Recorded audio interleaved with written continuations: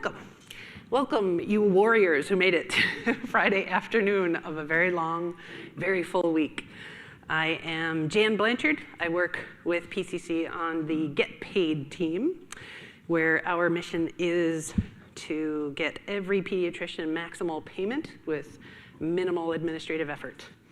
So in that vein, we collaborated earlier this year. Owen is on my team, Michael is on the team. I don't see any other team members in the room. Phil is on the team. You all are on the team, everybody. So we collaborated earlier this year and talked about what we thought would be valuable to share with clients. And we framed it framed it as a question. We answered the question, what do we wish every client knew? What do we see in our position as vendors? And there's another team member, Jeremy's here, and Kristen's here. Welcome. I warned everyone else, Loopy Jan has showed up, so fasten your seatbelts. So when we asked ourselves the question, what do we wish clients knew? Like what does our position as a vendor, as a third party, as someone that observes and works with you all, what do we observe? What do we notice? What is the perspective that we have that we could impart that could be valuable? And one of the ideas. What was that? Something just floated down from the ceiling. Like a piece of paper. Right. I don't even.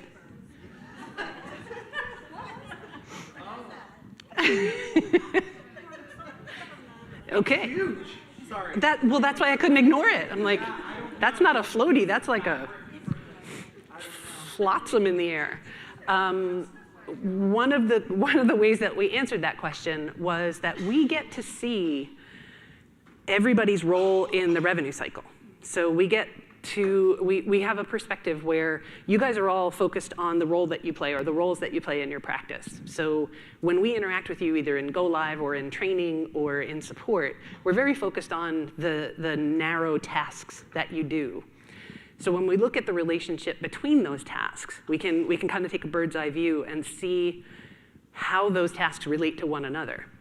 And we see relationships between some of those tasks. We see relationships between those roles. We see opportunities for each of those roles to affect the revenue cycle and your billing processes. And we wondered if you all see that. So we wanted to create an invitation for you all to think about revenue cycle and billing processes in terms of all of the roles in your practice. So we'll give it a shot. We'll see how it goes. A big experiment. And I hope that you'll be interactive in this, because for what I came up with for us is basically prompts to help with that exploration, to conduct that as we can over the next hour. So I didn't get super exhaustive with 100% of the roles. There, like referral specialists, there are a couple things that I didn't go into a lot of detail with, and that I, of course, did not come up with an exhaustive list of the ways and contributions that each of the roles can make. So I invite what occurs to you to share among us. So the first thing is a disclaimer that anyone who's heard me speak lately is tired of hearing, is that we do our best to come up with accurate and complete information. This is for my coding talks. This is going to be much more experiential. This is going to be much less which code was effective for this service date and how does it relate to the services that were rendered and all that stuff. So this is a good warning, but anything that you learn here is meant to be used with common sense in the context of your practice. So keep that in mind, please.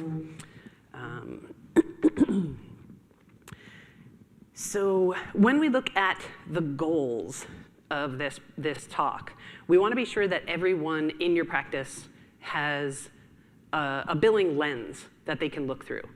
So specifically, mostly clinical people, if they are focused on clinical goals, they might not have in mind the ways downstream that their behavior, that their habits, that their tasks either help or hinder the billing process. So we're going to invite that kind of exploration.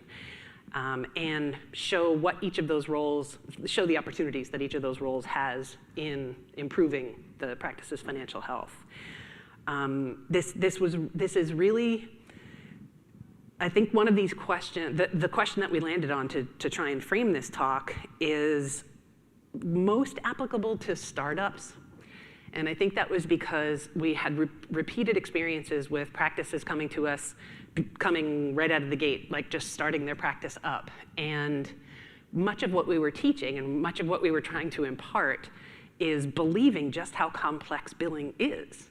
There are a handful of clinicians who would just say, I'm just gonna hang a shingle and do it. I'm gonna just do the thing. And helping them understand not only the number of tasks, but the complexity of the tasks, how far-reaching it's going to be, how complex things get once you get a claim out. That's kind of the beginning of that charges journey. You're gonna get responses from the payers you may or may not know what to do with. The payers are gonna change their responses over time and mess with you for the fun of it. The billers in here are shaking their heads, they've all seen it happen. So we wanted to elevate that awareness in a way that you're not like wagging your fingers at each other and saying, well, if the front desk would just do their job right, it would be easier for the billers. And for the front desk, and we've never heard anyone say that, trust me. And we've never heard a we've never heard a front desk say, well, what did they expect me to do up here? I've got patients in my face and the phone is ringing. I can't do it to the degree of specificity that they need me to with the time I have. So trying to not smooth that over, we can't do that. That's human relations and that's for you all to navigate and negotiate together. But bringing that awareness to you, I think, is probably the first step in smoothing some of that over and getting everybody moving in the same direction. Why people should care about this. If you're somebody that's attending here for the purpose of bringing these ideas back to your practice, if you are a representative and you're going to try and impart this when you return home, one of the things that might be missing is that folks may not understand, A, that they have a role in the revenue cycle, or B, why that, the concrete reasons, like where the rubber meets the road, why that's important to every single person in your practice. So some of the things like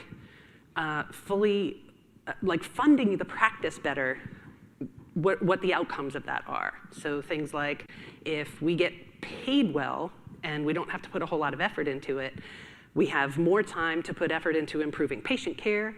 We have more money to put into improving patient care, which I think is probably a goal of everybody in your practice. And that funds things like making material improvements and making the office look nicer, things like raises and bonuses, and maybe being able to fund more vacation time, that kind of thing. So don't make the assumption that everybody understands their role and why the financial outcomes are important to them too. It's easier for some people than others to make those assumptions, but don't miss an opportunity to make sure everybody knows that.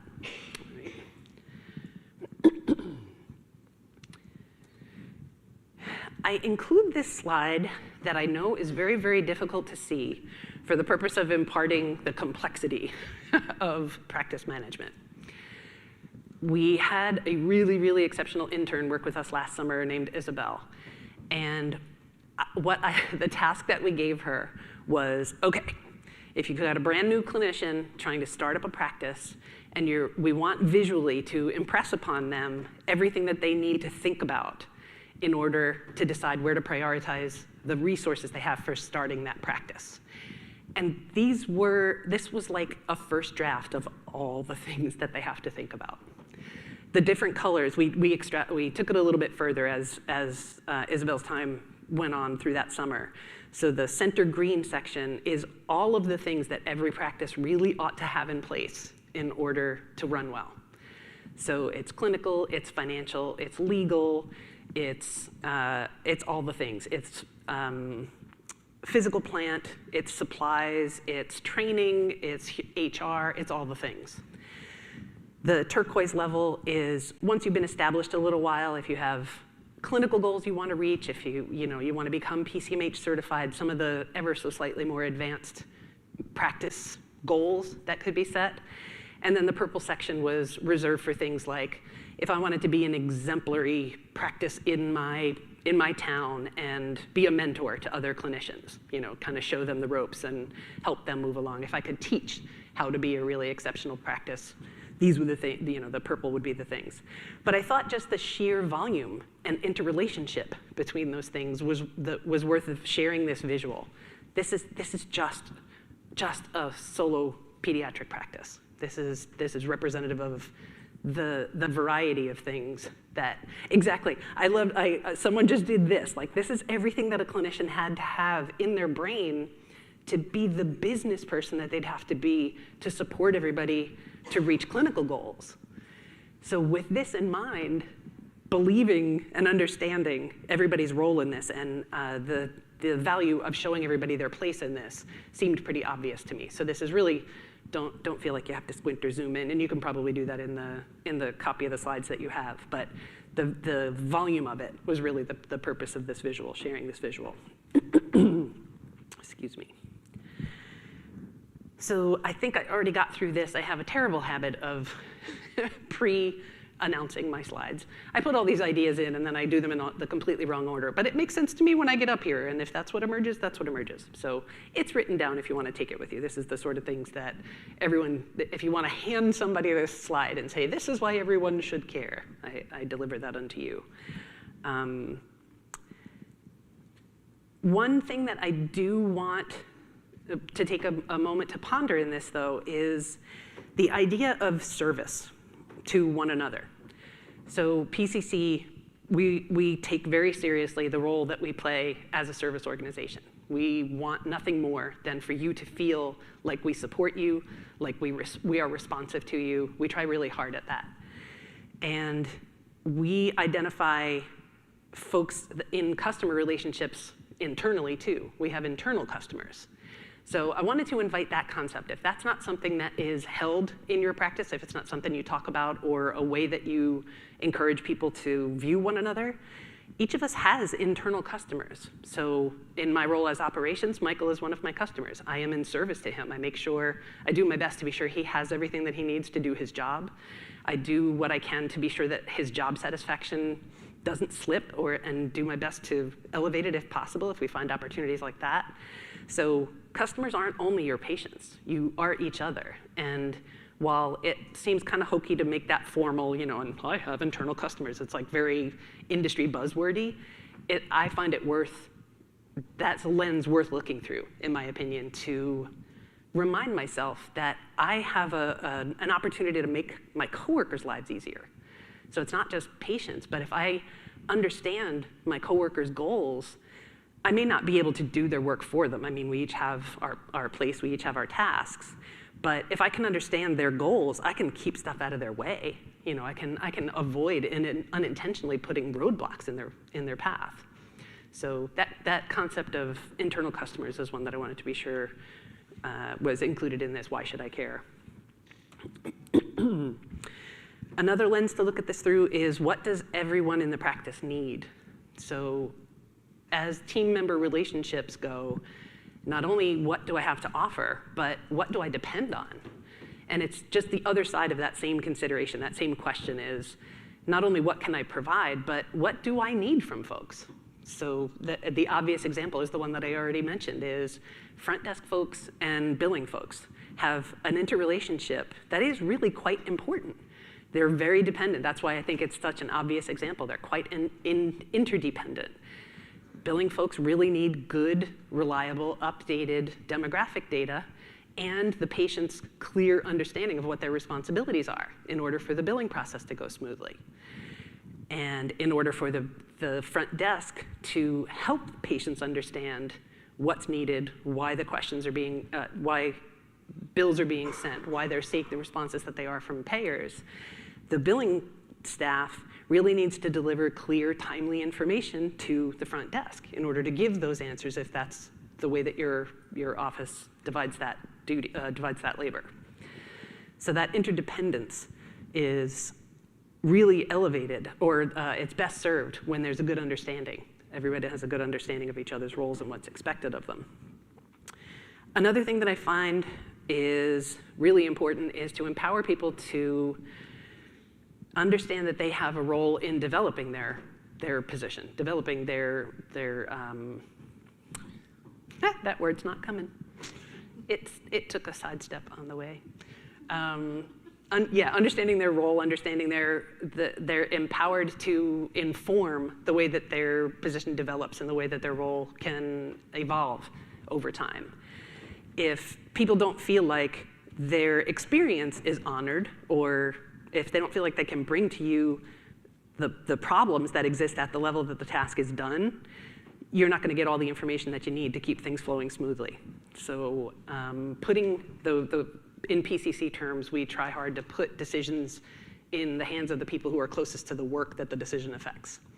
So that is definitely something I recommend in this process. So as we go through these roles, if you can see in your practice, if you can think through who fills these roles and whether they are involved in the way that the role evolves and the workflows that they're part of, the workflows that they participate in each day, that can be another way to smooth things over and keep things running and make improvements.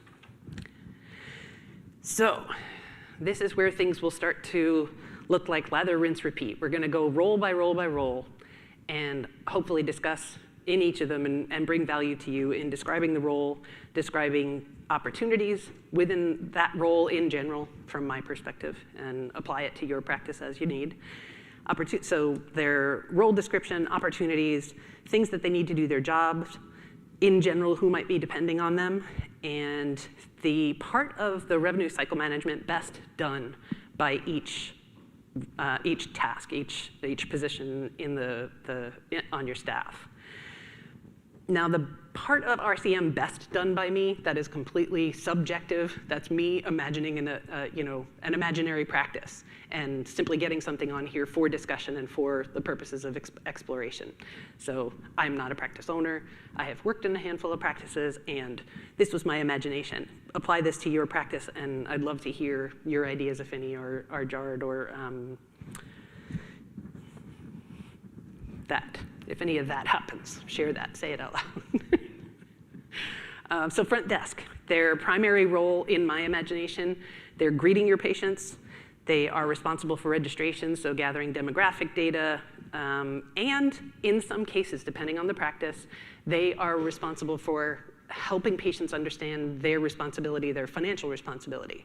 So if it's an established patient, repeat patient, they come in. If there's a balance due, ideally, you let whether you collect it at the front desk or not, you let the patient or parent know they've got a responsibility to satisfy with you. There are a million ways to handle this. Okay, million's probably overstating it, but the opportunities that you have even before the visit to, if your reminder calls can let them know that they have a balance due, and what you're allowed to say when you reach either voicemail or send by text varies. What's legal for you to say varies state by state, locally. But opportunities to make them aware before they get in the office, those are that can absolutely have a huge effect on whether patients are prepared to pay you and prepared to satisfy their outstanding balances when they arrive. That, of course, extends into whatever policies you might have in place to settle those balances if they are in excess of whatever your policy states, if they're too old, if they're too big for you to even make that appointment. So if your front desk is involved in appointment scheduling, that's another role that they play. They're one of the stopgaps in letting parents or patients who routinely don't pay. That's an opportunity to keep those patients aware and kind of, help them understand their skin in the game. We can't keep seeing you if you're not going to pay. So that opportunity exists there. That role also is probably in the best position to verify data. Having someone in front of you and having the card that you're getting that data from, you can get a copy of that card. And I know a lot of practices. Does everybody in here get a copy of their insurance card each time they come through? Do you update and renew that every time? Yeah. I know patients don't necessarily love it, and that's one way to guarantee that they're giving you the most updated information. They're not in your system unless they're in the portal, in which case they can see what demographics. Hopefully they know which card you have on file. But the opportunity, like the best opportunity for that is in that face-to-face interaction, making sure that you don't have numbers transposed, making sure you have the most up-to-date information. Now, what do front desk folks really need to do this well? They need time and space. And what I had in mind when I made that recommendation here, time specifically, you heard from the example that I used already, the wah, wah, wah kind of complaint voice that I was using earlier, is if your front desk is answering phone calls. If a patient walks in and that your front desk person's attention is divided between them and a telephone call, as a patient, I would want their attention on me. I wouldn't want them turning away from me, ignoring me, taking a call. And if I was the patient on the phone, I wouldn't want them putting me on hold either. So the opportunity to show them that you respect their time, that you appreciate their business, that they are important to you, is one of the recommendations, strong recommendations PCC makes, is get your front desk, get your phones, answer your phones almost anywhere but the front desk. Make sure that there's dedicated, as you can, assign dedicated resources to each of those things so that that attention isn't being split. It can make a huge difference. If that's something that you're interested in exploring, I know that Lynn Gratton has given a talk on that, and we probably have it recorded on learn.pcc.com. She does an amazing front desk workflow talk, and I think that's included there if you want some more detail about that. So having detailed procedures, as high volume as pediatrics has to be in 2025 in order for you guys to make your margins and meet your financial goals and keep up with patient demand, you guys do a lot of this all day, every day. You do the same thing over and over and over. To maintain volume like that and have high quality, high speed information gathering and information dissemination, detailed procedures go a long way. If you can put some thought into the best possible workflow, put that into play, get some feedback from your front desk, from your patients about how well that works, that can be replicated and improved and iterated over time. So having detailed procedures that can be easily followed, that can cut down on some of the decision making that your front desk might have to make. If you can have those answers for them ahead of time, that can smooth things over as well. So the people that depend on the front desk, patients. You'll notice a repetitive theme in all of these slides as we go forward from here. The very first dependent mentioned in this part of these explorations is going to be your patient. That is why all of you do what you do, is for the patients. And when this is patient-centered and everyone is reminded of that, that can change the way that you look at the tasks that you're doing. So if you have a choice between two ways of doing something and one is patient-friendly, and they may both reach the goal. They may both get all the information updated. But if one is patient-friendly and the other is not, like the example that I started out with, if you're taking copies of the insurance card with every encounter, maybe introduce that portal. See if there's an easier way, a more comfortable way, a more convenient way for patients to share that information with you. This is a noisy stage. I hope you all don't hear it. Is this me distributing the weight? Is that like what it's trying to make me do? I gotta wake up. This is me, working it out. Okay, the part of the revenue cycle best done by front desk manager, by the front desk folk, again, this is completely subjective. This is me trying to get us all talking about this. But verifying that data is complete and current, patient knows about and knows how, and is able to settle their past due balances. Portal registration and portal use is another opportunity at the front desk. So if you've got them making appointments, greeting patients, taking information, updating it, getting everything registered, and also wanting to register patients for the portal and helping patients use the portal, again, that's another vote for get things that don't have to be done at the front desk away from the front desk. They need time and space to do those things. Is everybody using patient check-in, portal check-in? Is that working well for you? Does anybody have challenges with that? That there are challenges. So hopefully there were other courses where you were able to share those, or have you gotten them to the wishing well? I have not done either, but yeah, one of the things that we just started it recently, and there hasn't been a lot of uptake. Oh, okay. So patient resistance and reluctance. Have you had time to find out from patients what it is, or are they just not just not happening? They ignore us. Oh, yeah. I wonder. Is there? I'm a problem solver. We should definitely talk more about that. But please do share what it is that you've tried, and we'll see what we can do if we've got recommendations for other ways. All right, I'm going to move forward because I am going much more slowly than I expected. The front desk, continuing in the front desk, I should have. Oh. I was complaining about being slow, and then I heard a voice. I really am slowing down. Now I'm being. So this specifically, I didn't frame this very well. This specifically is for the front desk check-in. Front desk can also be used in some context for check-out. So the staff is called front desk, and check-in and check-out are two different tasks for generally for the patient experience at the desk.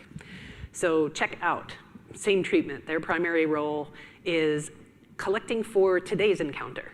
So if your front desk is collecting past due balances, or even if they're not, that might be something that's forwarded on to the check-out person.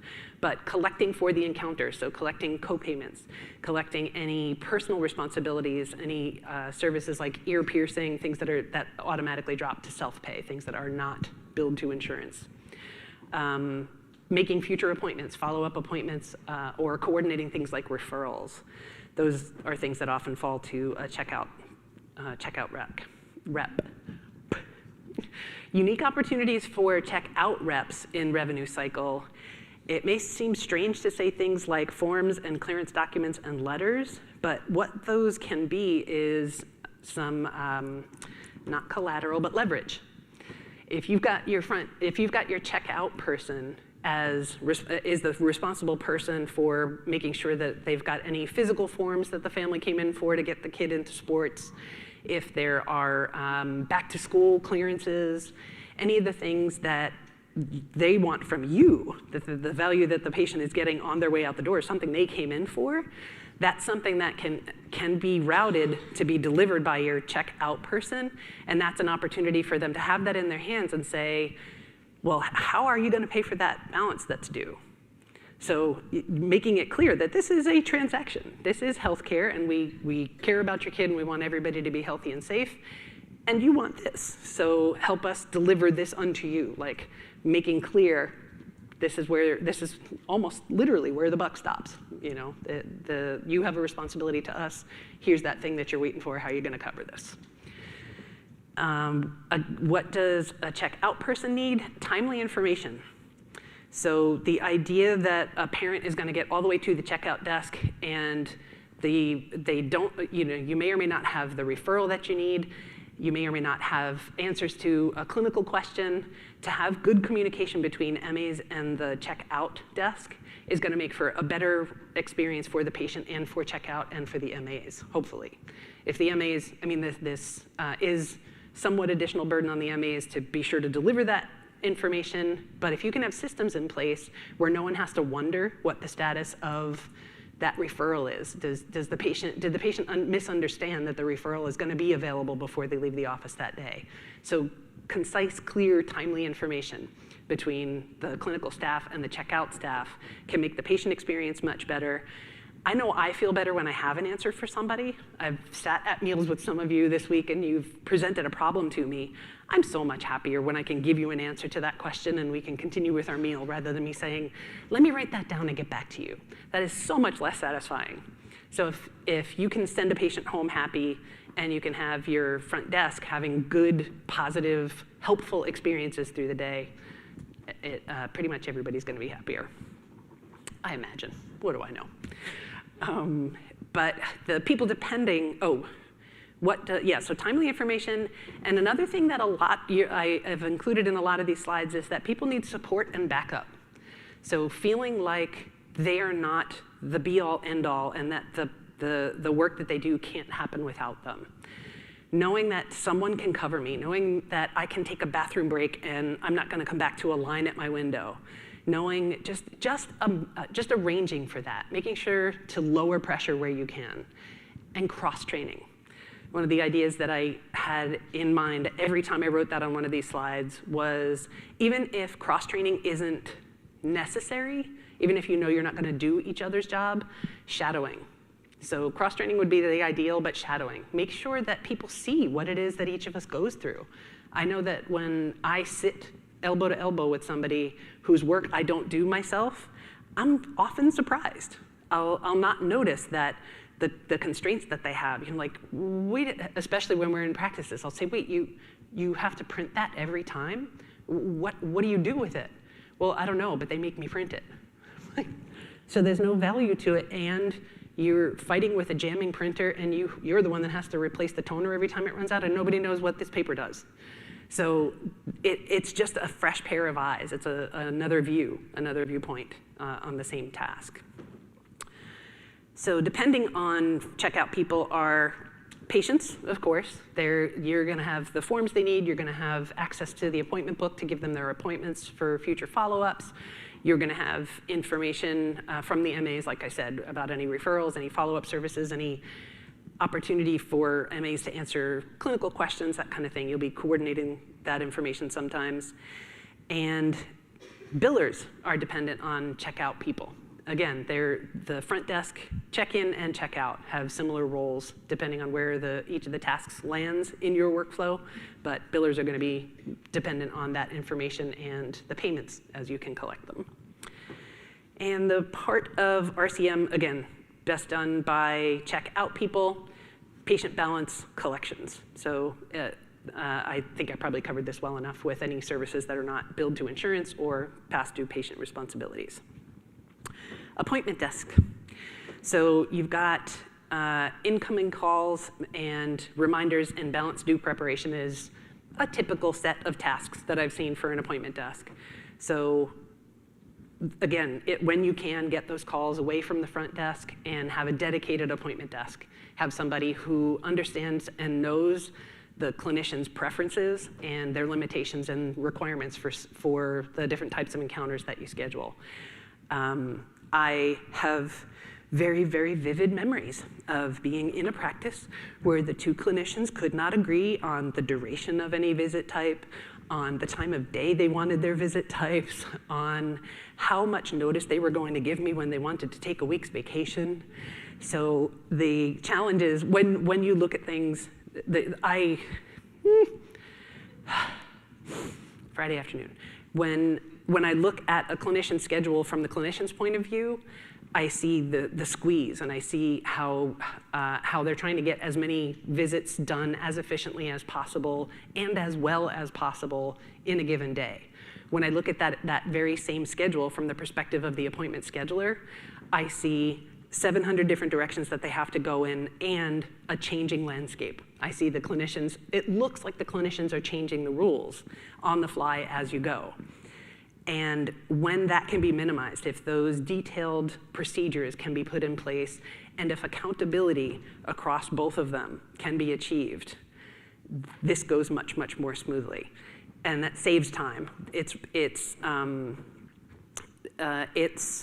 effect on revenue cycle management is making for a better experience for the patient. So if the popularity of your practice is if your practice profitability is dependent on having a large patient base, you're going to be much more popular when you've got people communicating kindly and clearly and delivering the same message to the patients, as many people delivering the same message as possible. So when you can get agreement and reduce friction across a pain point similar to that, there are so many opportunities to smooth things similar to this, but if you can smooth things like that, the patient experience is much, much better, and they're more likely to return. So there's a need for appointment books, appointment schedulers is, again, time. Getting pressure off people, giving them the time to do their work, to do it well, to communicate it well and easily. Everybody wants more time. Clear policies and support and backup, that cross-training that I mentioned earlier. These are some repetitive ideas that are good ideas for each role, for more than a few of these roles. The folks that are depending on appointment schedulers, of course, are patients. Again, that clear information, being able to confidently give them an appointment that they know is going to match the need that the clinician has in future. People that are depending on appointment schedulers are check-in and check-out. If you're making appointments in places that other people don't expect, that can throw a patient encounter off from the get-go. The patient walks in and the front desk says, you have a visit appointment, but it's 8 o'clock in the morning. We don't do wells at 8 o'clock in the morning, and that can throw the whole day off. that can be enough of a disruption and can start the day badly. You want to have that clear communication you want to have expected outcomes of the work of the appointment desk. And everybody depends on the appointment scheduler. If the clinician's schedule gets off, that can throw their day. They don't have the prep time that they thought they would have for a particularly difficult appointment. If that's thrown off, then the clinician doesn't necessarily communicate proper orders to the MAs, they may be rushing to catch up. A well-managed appointment schedule can be a really, really beautiful thing. So the thought that it can be put into this can improve everybody's experience in the office and is probably value beyond the RCM, but again, that clear communication can make the patient experience that much better. And the part of RCM best done by appointment schedulers is probably setting patient expectations. They are the first experience a patient has for a given encounter. And if there's accurate, up-to-date, clear information available to appointment schedulers, they can give the patient an idea of what to expect when they walk through the door. So that is the early start of a really good visit for them to say, here are your financial obligations before this visit. Here are the things you need to bring with you clinically. Did you get the screenings that you were supposed to? Have you reviewed the portal for any forms, to be sure that forms have been uploaded? Do you have everything that you need? Please share with us any needs that you expect to have filled at the encounter. And I think that is everything that I had for appointment book. Clinical staff. So the primary role, as I'm envisioning it as I was thinking through this for clinical staff, is doing clinical intake. So receiving the patient from the waiting room or from the car, depending on how you all are working patient flow and traffic. And the MAs are the shepherd. They're managing that encounter. They're kind of taking the patient from the waiting room to the weigh station, to the vital station, to the exam room, to any treatments that they have while they're there that day, and then shepherding them off to the checkout desk.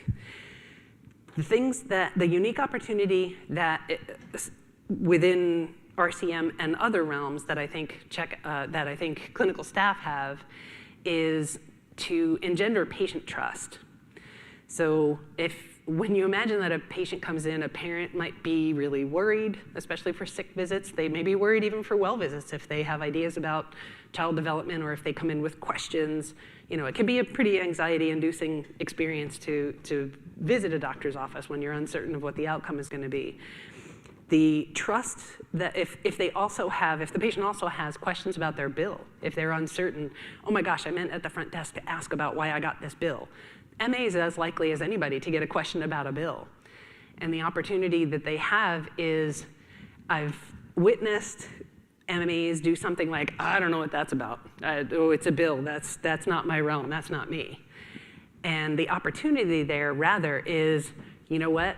I know somebody that can help you with that. And you can see the difference between those two answers. One is, ick, that smells, I don't want to touch it.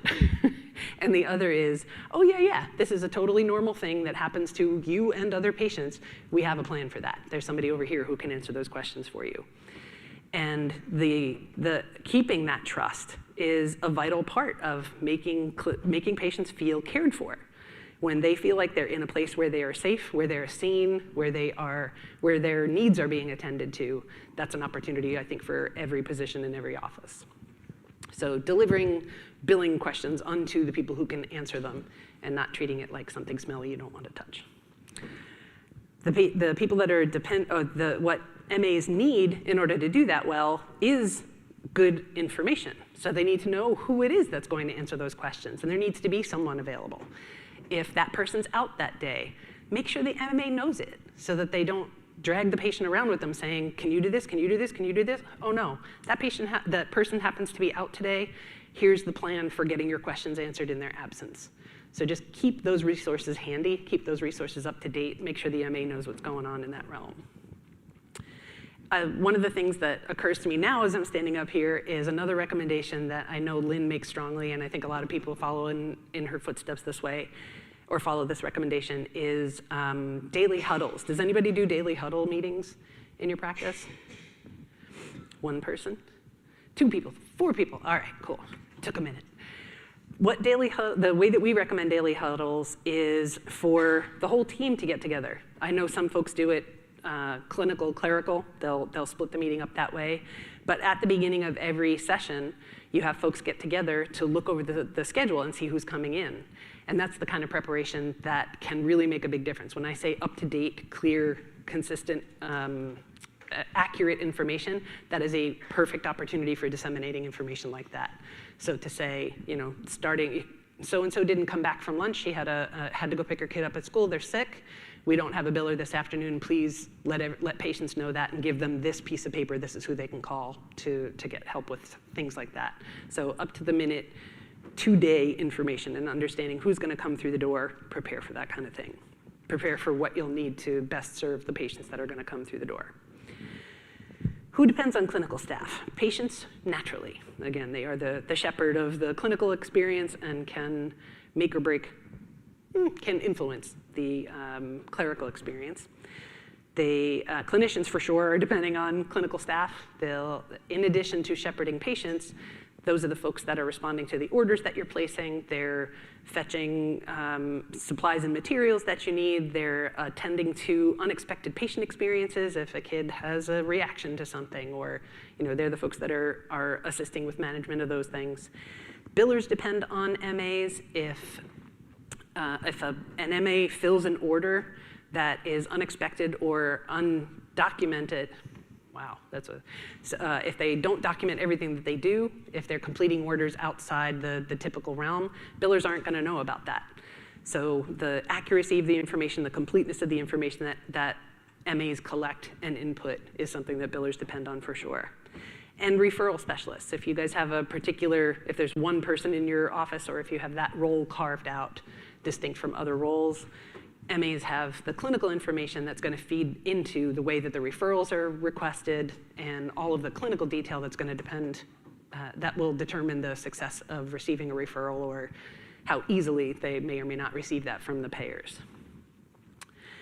The part of RCM best done by clinical staff for this exercise, assisting patients in finding their subject matter expert. So again, when a family comes in and has questions, the MA is often the person that has to help them find the answer to their questions, whether it's a clinician, a biller, a front desk person, an insurance rep, an internal insurance rep. I hope your MAs aren't spending time trying to call claim reps.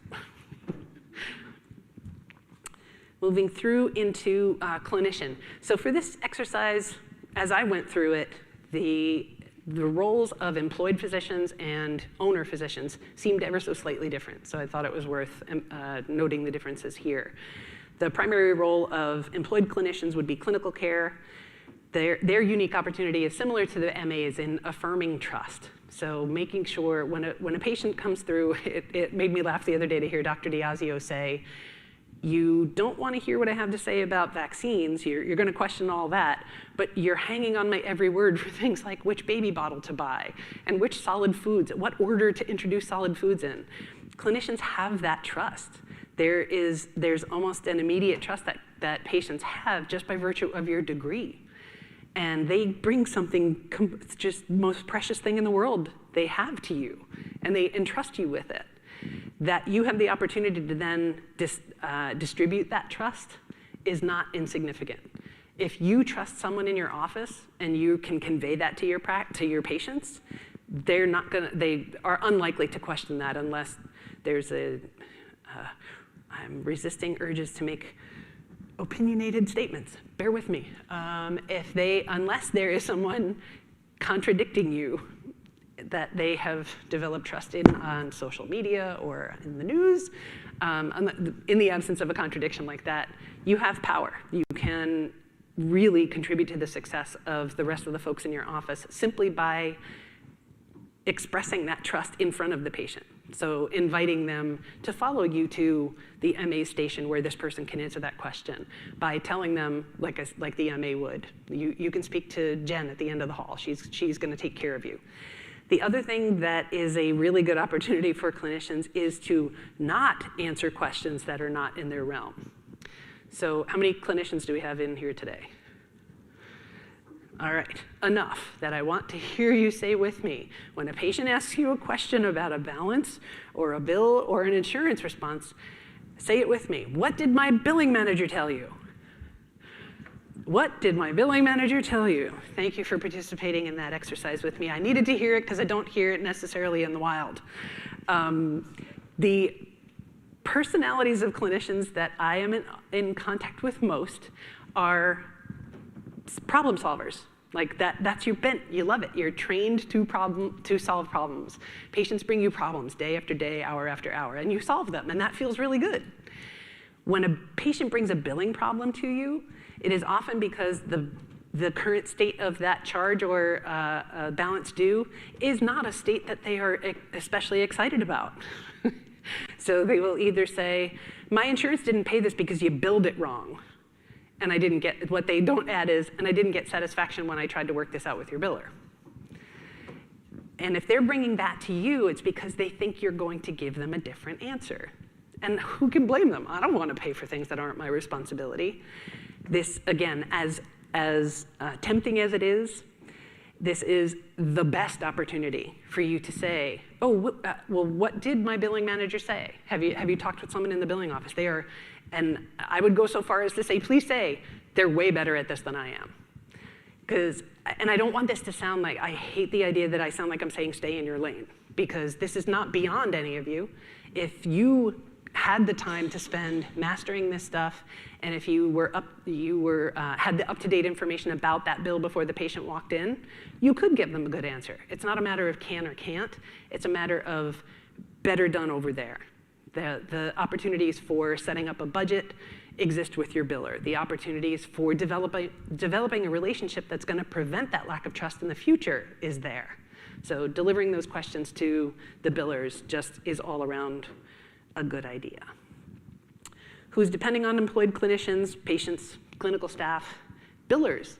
For clinicians to get information into encounter notes and into order statements, into orders and the medical record, that is, in my opinion, the best use of clinicians' time. When you can make a complete record and deliver that to your biller, you may never have to get involved with that encounter ever again from a billing perspective. If you give half-hearted information, if you leave things out, if you are unclear in your statements and an appeal comes through, they're going to have to come back to you to say, I can't explain what you were talking about here, can you? So you can save yourself future time by being super clear and delivering to your billers everything that they would need to do everything that would have to be done with it, from claim submission to explaining to patients to any possible insurance challenges to payment. Patients, clinical staff, billers, referral specialists, of course, clinical information referral specialists are going to depend on you, and your partners and owners depend on you to keep that train moving. So again, getting all the information that you can into the record the first time.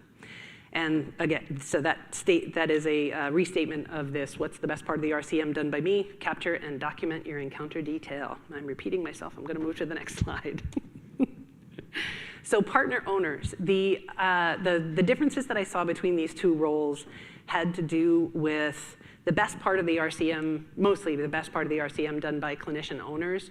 And that is the 30,000-foot view that owners in general should be taking to the RCM. You should be depending on your billing managers, your billers for the data, the aggregate data that's going to help you make decisions, but you are that decision maker. And it's sometimes overlooked by owners that their role is in negotiations, in clinical, like CHIP, the folks that enlist CHIP to help with contract negotiations. Not everybody enlists that kind of help. Some folks don't even know that they can negotiate those contracts. So if you entrust to your billing staff gathering the data, you're the one that should be using the data. If you're spending too much time running reports and trying to figure out how to get data, please check in with us. There's for sure somebody we can train at your office that can present that data to you so you can put your focus into those negotiations. And enforcement. When 10 minutes already? Ugh, heaven's sake, I have not done very well at all with my time management here. Enforcement of the clear policies that I've been mentioning throughout each of these roles is a management task that is best done by the owners and managers. So people with authority, people with, authority was the word, I'm gonna stop reaching. All those things I think are best done, and things run more smoothly when people are held accountable to the processes and policies that you put in place. So it's one thing to have a policy, it's a whole other thing to live up to it and to follow it. And when things aren't being followed, understanding why. Exploring with people, again, that empowerment that I said to offer feedback about policies and procedures, that's one of the places that would be solicited. I gotta pick up the pace. Coding specialists. Not every practice has a coding specialist. And as a coding specialist, how weird is it going to sound for me to say, you maybe don't need a coding specialist. It's good to have one that you can depend on, but having a full-time role, a full-time person in that role, not necessarily. The subset of codes that pediatricians use is small enough, and it varies from year to year. I mean, Brian and I, for sure, have no shortage of education opportunities, but in general, it is a small role. Payer surveillance and coding expertise are kind of the unique opportunities that they have there. Billing and coding specialist. I have not given this talk before, so billing escaped my eyes. Billers definitely have a big role in your practice with claims and follow-up. So being sure that claims are getting out the door, they're reaching their destinations, they have everything that they need in them to be properly adjudicated by your payers, and that your payers are following the rules. I know what I just said, I heard me say it, that anybody thinks that they can make the payers follow the rules, but your billers are the first people to know when they're not. So they can mount the necessary responses and gather information to do that well. Payer surveillance, watching, seeing what they're doing, keeping an eye on them and trying to respond when they need to. What billers and coders need is statuses. So they need to understand, they need data. That's one of the things that they're going to use to be sure that they are keeping up with claims, that they know which claims need effort and follow-up. They are going to also need interfaces where they can get them. Anything that can be automated in the RCM is probably one of the coding or billing tasks. So work that either your IT or your management staff can do to provide interfaces and automation is definitely something that's going to support the success of your billers and coders. There is, and like everyone else, they need support and backup. Patients, collection specialists, and front desks and owners depend on billers to get their work done, keep their work flowing, report problems as they come up, and keep the cash coming in. And the best part of RCM done by billers and coders is managing claim submissions, making sure the payer requirements are, that you're aware of all the new requirements that they throw at you, keeping up to date on what is required for clean claims to go out, and again, making corrections when those things fall through. Moving quickly, patient collection specialist. How many folks do patient collections in-house? How many have someone on staff? Excellent. So not even 50%.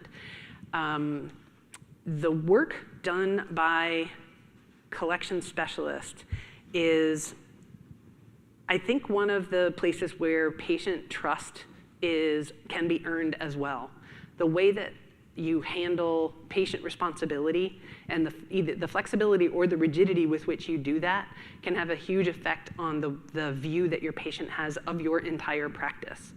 There was someone from one of the billing services that I talked with earlier this week who said they read a statistic that when online reviews are shared, when bad reviews are shared online about a practice, something on the order of 95% of bad reviews have to do with financial responsibility, patient financial responsibility.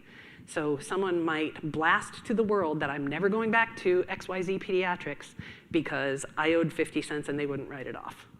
That's how personally people take it and how vehemently they would react. They can react. So execution of humane, responsible, responsive, interactive patient collections can honestly make or break a relationship with a patient. So any effort that can be put toward helping folks do that, the time that they need to do it, the grace that they need to recover when it goes badly, you know what human relations can be like, That can go a whole long way with RCM and with patients understanding and believing that they have a responsibility to make up their difference and their portion of what insurance tells them is theirs to pay. What do they need? They need good billing details. They need to understand what happened with a given charge and encounter up till the point that the patient is then responsible for it. They need clear policies like everybody else and support and backup. Patients, owners, and front desk folk are depending on them. If a patient collection specialist can get an account into a really good spot, into a good place where the patient understands what they need, they've got balances due, only to have them show up at the front desk and have the front desk demand something different than what the patient collection specialist agreed to, whatever agreement that they made, either a budget plan or a negotiated partial write-off, something to that effect if they're empowered to do such things. That information needs to be really clear to the front desk. Thank you. And who's depending on these folks is patients, owners, and front desk for probably obvious reasons, and I don't have the time to be more explicit. I ran out. Best part of RCM done by collection specialists is putting uncollected balances to bed. I can't overstate the importance that I see in giving up on throwing good money after bad. If you've got patient balances that you have zero expectation are going to be satisfied by the patient, I cannot understand any reason to keep them on your books. I have a strong recommendation to write them off. You can write them off in a way that lets you reverse those adjustments if somehow the patient wins the lottery and decides that you're their first stop after they cash that lottery check and they want to make good on that bad debt. You can reverse it and collect that money, but don't make your patient collection specialist spin their wheels going after money that you really don't believe you're ever going to receive. Billing managers, creating and enforcing billing policies and procedures. The unique opportunity that they have is perspective. Billing managers can step back and look at the ways that all of your payers are behaving with regard to a particular procedure. They can see the industry trends. They can see industry changes that are coming. They know that January 1st every year there's going to be new CPTs. They know every October you might have a way to report something differently that's going to make a payer report a diagnosis more specifically that might get a payer to pay those procedures a little differently or a little more quickly. They need time. They need the clinicians and the owners' trust. They need data that can be supported by your RCM system and your clinical systems to help flesh out that perspective and give them information they need to see the landscape, your office landscape. And they need support and backup like everybody else. So you can hear the importance that I'm placing on shadowing and cross-training and all that stuff, that support and backup. Everyone depending on them, not everyone, some of the people that depend on them are patients, of course, to run things in a way that gives them a consistent experience across encounters and with the variety of folks in your practice, your billers, your front desk, and your partners and owners for accountability and information to keep things running right. And things that are probably best done by a billing manager are things like pricing. So if you were noticing, if in the course of looking at aggregated data, your billing manager sees that you've got some payments that are coming in at a 100% or even near 100% of the charge, that's your opportunity to look at pricing. So those are some of the tasks that they'll do. They'll research what the best pricing rate is, whether it's a multiple of RVUs or if you've got a profit margin formula that works for your pricing. They'd be the ones to put that in effect. And then things like audits and compliance. If you want to sleep better at night and know that you're using codes in the way that they're intended to be used, that you're not running afoul of any of your business practices or laws and regulations in your area, billing managers might be the kind of people that would research and take accountability for being sure, keeping you all in the guardrails. IT support specialists and system folks have a role. It's less large than others, but it is not without consequence. If you've got systems that aren't serving you, that is going to gum things up. So I thought it was worth at least giving a passing mention in this experiment and example for IT and system specialists on the systems that keep everybody able to complete the tasks that we've discussed and described.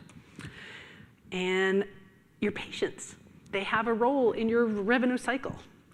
understanding that you are going to expect them to live up to the terms of the contract that they sign with their insurance payers.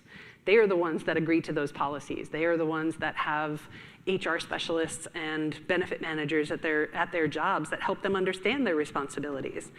And I am out of time.